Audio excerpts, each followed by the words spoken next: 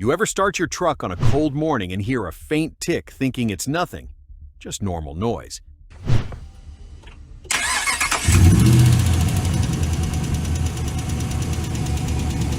But weeks later, it's louder. Months later, it's constant. And then one day it stops ticking because the lifter just collapsed and now your GM V8 is running on 7 cylinders. That little tick? It's a $5,200 time bomb GM knew about for years, but never fixed.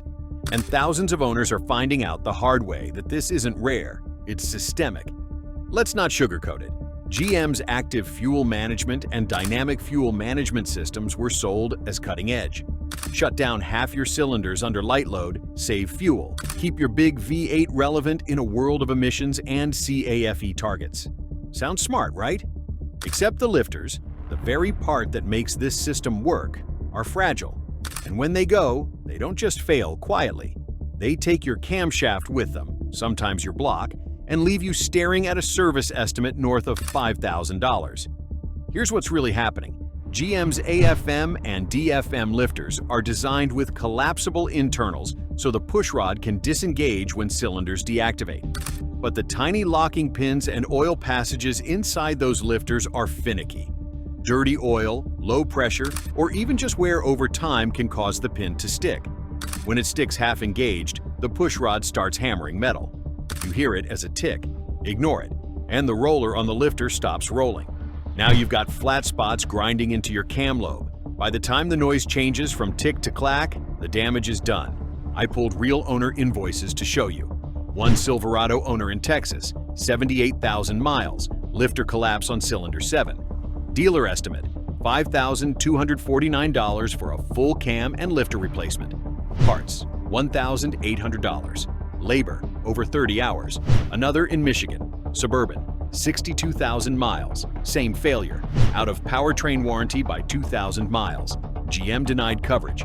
Final bill, $5,621. And it's not isolated. Forums are stacked with identical stories. Dealers even stock extra lifter kits because they know these jobs are coming. Now, GM knows. Back in 2011, when AFM first rolled out, lifter failures spiked. GM issued bulletins. They updated part numbers. They told techs to replace entire banks of lifters, not just the failed one. In 2019, with the Gen 5 small block and DFM, same story, different packaging. They added more deactivation patterns, more complexity, more failure points, and still the same collapse problem. You'd think a decade of complaints would lead to a permanent fix. Instead, GM doubled down and pushed the tech harder. This is why owners feel betrayed. Not because parts fail, that happens with any machine, but because GM buried the problem. They never told buyers their smart V8 came with a weak link. They advertise better fuel economy, but they don't advertise the risk of a lifter collapse taking out your cam. And they don't advertise the repair cost that, in many cases, is more than the truck's resale margin. That's not engineering excellence. That's passing the buck to the buyer. Let's talk stakes. How often does this actually happen? Based on forum data, complaint databases, and shop reports, failure rates on AFM/DFM lifters appear in the 10 to 20% range by 100,000 miles. That's not a freak occurrence. That's a 1 in 5 shot your engine eats itself before you even hit 6 digits. If this were airbags or brakes, that'd be a recall. But because it's just a wear part, GM gets away with calling it maintenance. That's why owners are furious. And the timing couldn't be worse. A lot of these trucks, the 5.3 and 6.2 V8s and Silverados, Sierras, Tahoes, Yukons, Escalades, are hitting the 70,000 to 120,000 mile window right now. Just out of warranty, just into the years where owners expect reliability. Instead, they're staring at a $5,200 gamble. Pay it and keep rolling, or trade the truck and eat the loss. Either way, GM wins. They got your sale, you eat the risk. Now let's break down the math. A typical full cam and lifter job at a dealer runs between $4,800 and $6,200 depending on region. Independent shops can sometimes do it for $3,500 to $4,000 if they cut labor hours, but you're still talking thousands. Let's say you do 15,000 miles a year. The odds say by year 5, you're staring down the barrel of this repair. That adds almost $1,000 per year to your true cost of ownership. Put that against GM's advertised fuel savings of 1 to 2 miles per gallon from AFM/DFM. Best case, you saved $150 a year in fuel. Worst case, you lose $1,000 a year in repair exposure. That's not saving, that's a shell game. It gets uglier. Once lifters collapse, there's a domino effect. Shavings from the cam lobe contaminate the oil. If the tech doesn't flush everything perfectly, those shavings eat into bearings. A year later, you're back with low oil pressure, and now you're looking at a short block. That's why some owners report repeat failures even after a $5,200 job. The system is flawed at the root. What about GM's official response? In 2021, they quietly issued technical service bulletins instructing dealers how to diagnose DFM failures and authorizing replacements under warranty if caught early. But for anyone out of warranty, the stance is clear. Pay up. No recalls, no extended coverage, no transparency. Compare that to Ram. Their hemi-lifter tick is infamous, but at least FCA extended warranties in some cases and redesigned parts in later years. GM? They treat it like a normal wear item. That's why lawsuits are stacking up, with owners arguing that AFM/DFM was sold as a benefit while hiding the defect risk.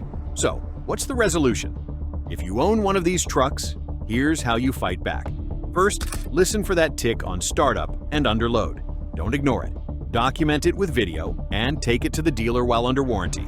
Second, use premium oil and shorten intervals. GM's spec says 7,500 miles. Cut that in half. Fresh oil is the only thing that keeps those lifters alive. Third, consider an AFM/DFM delete.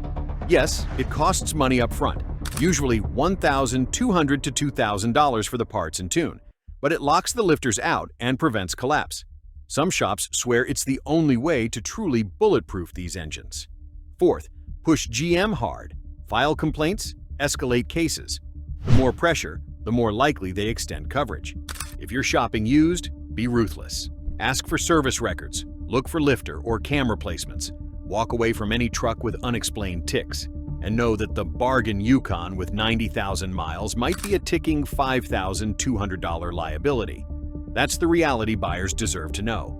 The tragedy here is that GM's small block V8 is otherwise brilliant. Strong bottom end, great power, incredible longevity when designed simply.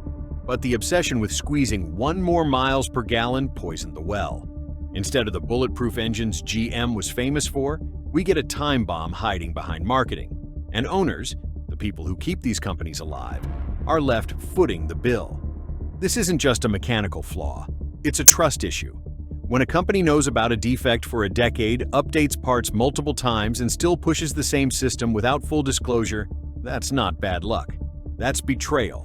And it's why forums, Facebook groups, and YouTube comments are filled with one word: furious. So here's the final call. If you own one of these trucks, share your story. Did your lifters fail? How much did you pay? Did GM cover it? Drop it below. Because the more data we put out in public, the harder it gets for GM to hide behind silence. If you're in the market, weigh your options.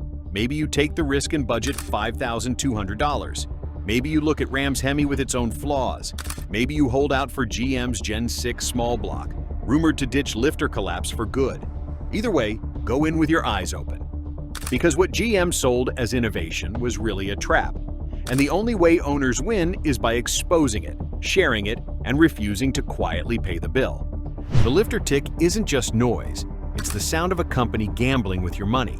And if you don't know the rules of the game, you're the one left holding the bag.